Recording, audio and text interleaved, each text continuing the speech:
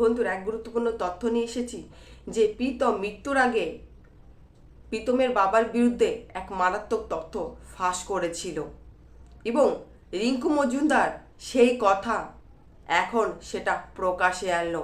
রিঙ্কু মজুমদার কি প্রকাশে আনলো? প্রীতম মৃত্যুর আগে এমন কি তথ্য ফাঁস করে গেছিল তার বাবার বিরুদ্ধে, এবং সেই কথা রিঙ্কু মজুমদার এতদিন পরে কেন সেটা প্রকাশে আনলো, সবটাই বলবো পুরোটা ভিডিওটার মাধ্যমে। ভিডিওটা প্রথম থেকে শেষ অবধি অবশ্যই দেখবে, দেখলে তোমাদের অনেক অজানা তথ্য তোমরা জানতে পারবে বা বুঝতে পারবে। যে আজকের গুরুত্বপূর্ণ তথ্য এটাই যে প্রথমত বলি যে আমার কিন্তু শরীরটা খুবই খারাপ, শুধু তোমাদের সঠিক তথ্য জানানোর ছিল, সেই জন্য ভিডিওটা করা। কিন্তু আমি আজকে ভিডিও করতে চেয়েছিলাম না, আর যদি আমি ভুল কিছু বলে থাকি আমাকে ক্ষমা করে দিও। হ্যাঁ, প্রথমত বলি যে রিঙ্কু মজুমদারের ছেলের মৃত্যু হয়েছে প্রায় 2 মাস হয়ে গেছে, 2 থেকে 3 মাস হয়ে গেছে, 2 মাস হয়ে 3 মাস হয়ে গেছে। এখনও কিন্তু ছেলের সঠিক কিছুই বেরোয়নি।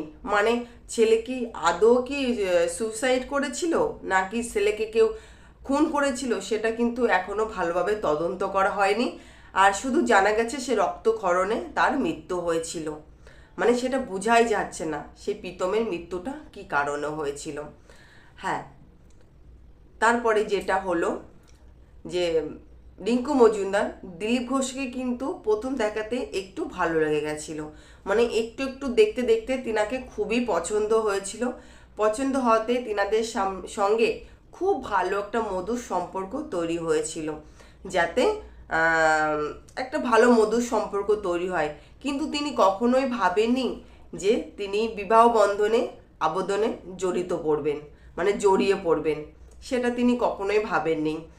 সেটা দেখে প্রীতম খুবই খুশি হতো যে আমার মা আবার বিয়ে করবে, যাক ভালোই হবে। আমার মা তো কখনোই সুখ পায়নি, শান্তি পায়নি, আর আমিও আমার মাকে কখনো সুখ শান্তিটা হয়তো দিতে পারবো না। হ্যাঁ, ছেলের ভালোবাসার থেকে কখনোই খামতি রাখবো না, যথেষ্ট ভালোবাসবো, কিন্তু বাবার যে একটা জায়গা সেটা হয়তো আমি দিতে পারবো না।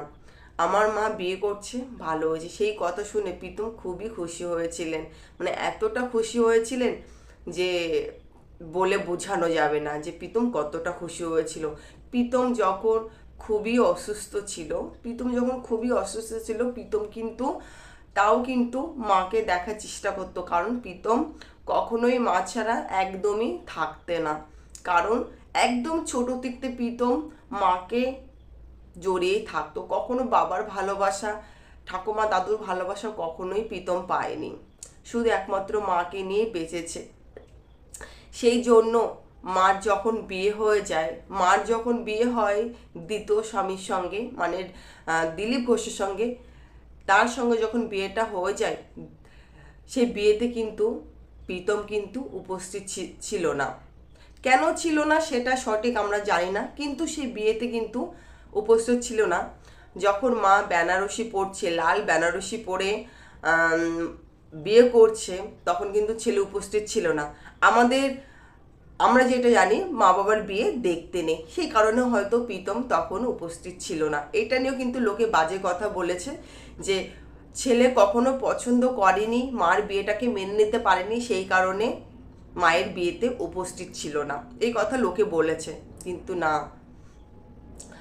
প্রীতম মৃত্যুর আগে বলেছিল মাকে যে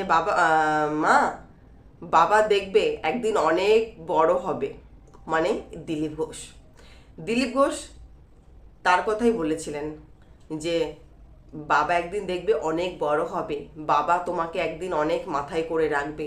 সে রাজনীতির যে দলে রয়েছে না, দেখবে এক এক করে বাবাকে সবাই সম্মান করবে, সবাই বাবাকে খুব মাথায় করে রাখবে, খুব ভালোবাসবে, আর তোমাকেও খুব ভালোবাসবে, আর আমাকে নিয়েও খুব ভালোবাসবে। দেখবে আমরা সবাই একসঙ্গে থাকবো, একসঙ্গে হইচই করব, মানে নানান কথা তিনি বলেছিলেন, মানে প্রীতম বলেছিল ওর মাকে।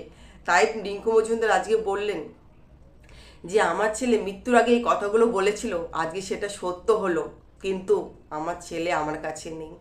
আজকে আমার ছেলে আমাকে ছেড়ে চলে গেছে। যখন তিনি এই দীঘাতে ঘুরতে গিয়েছিলেন, তখন মিডিয়ার সামনে তিনি পড়েছিলেন, তখন তিনাকে জিজ্ঞাসা করা হয়েছিল, তখন তিনি বলেছেন যে আজকের আমার ছেলে এই পৃথিবীতে নেই, আমার ছেলে পৃথিবী ছেড়ে চলে গেছে, কিন্তু ওর কথাগুলো আজকে রয়ে গেছে। মানে ওর বাবার বিষয়ে যে কথাগুলো বলেছিল সেই কথাগুলো সঠিক হয়ে গেছে, কিন্তু নেই শুধু আমার সন্তানটা।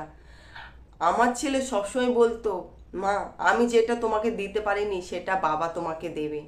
আমার বাবা কোনোদিন তো তোমাকে ভালোবাসা সুখ শান্তি কখনোই দিতে পারেনি, কিন্তু আমার এই বাবা তোমাকে খুব ভালোবাসবে।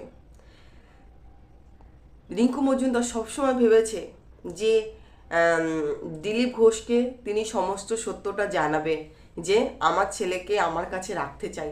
শুধু ভেবেই গেছে, কিন্তু বলে ওঠার সুযোগ পেয়েছিল না, কারণ সে কখনো ভাবেইনি যে ছেলে তার আগেই চলে যাবে। শুধু ভাবছিল, তখন তার একটা সুখের সবে মুখ দেখেছিল, আর সেই মুহূর্তে তার ছেলে তাকে ছেড়ে চলে যায়। মানে কতটা কষ্ট, যন্ত্রণা, এই যন্ত্রণা যার সন্তান হারিয়েছে সেই মা বাবাই জানে যে কতটা যন্ত্রণা। মানে এত কষ্টর মধ্যেও নিজেকে কত গুছিয়ে রেখেছে, না দেখলে বিশ্বাস করা যাবে না। তাও তিনাকে দেখে আঙুল তুলছে, মানে রিঙ্কু দেবীকে আঙুল তুলছে যে খুব বাজে মহিলা, খারাপ মহিলা, ছেলে মৃত্যু হয়েছে, দেখো তার কত রেশাল্লা। মানে লোকে কত বাজে কথা বলতে পারে, কিন্তু তার ভিতরে যে কতটা কষ্ট হচ্ছে সেটা শুধু সেই জানে।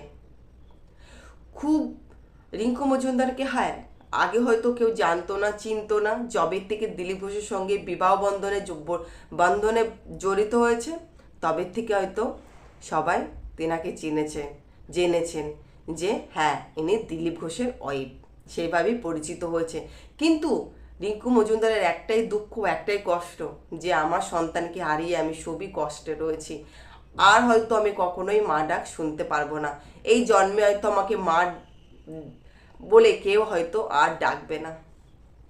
যাই হোক, আজকের ভিডিওটা এ পর্যন্ত। ভিডিওটা যদি ভালো লেগে থাকে অবশ্যই চ্যানেলটাকে সাবস্ক্রাইব করে আমার ভিডিওটা লাইক করে আমার পাশে থাকবে। আর এই তথ্যগুলো শুনেছি সেটাই তোমাদের সামনে তুলে ধরেছি।